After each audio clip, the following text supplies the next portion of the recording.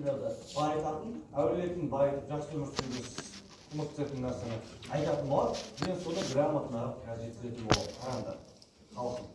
Вообще, байытқысы келетін әрбір адам, жаңа шапалақ ұрып жатырмыз ғой, ол үшін біз өзің жетістікке жетіп, бай бақуатты болуың керек. Келісесіңдер ме? Мысалы, әулетіңді байыту үшін сен өзің бай болу керексің, ол бірінші. Өзің-өзіңе жағдайың жетпей жүрген сен біреуді байытпай қойшы, қайтып байытасың сен.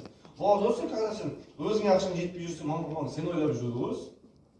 Жасың 35-те болса, еттерің бар ма, тамақтарың тоқ па, мағашаға аш қалмады ма, жедіңдер ма деп жүреді ғой. Неге кетеді саған, өйткені сенде жетіспей жатыр да. Алған бірінші біреуді байытам деген адам, ағасының, көкесінің, әулетінің, папасының, мамасының, ол өзінің бірінші жағдайын реттеп алу керек.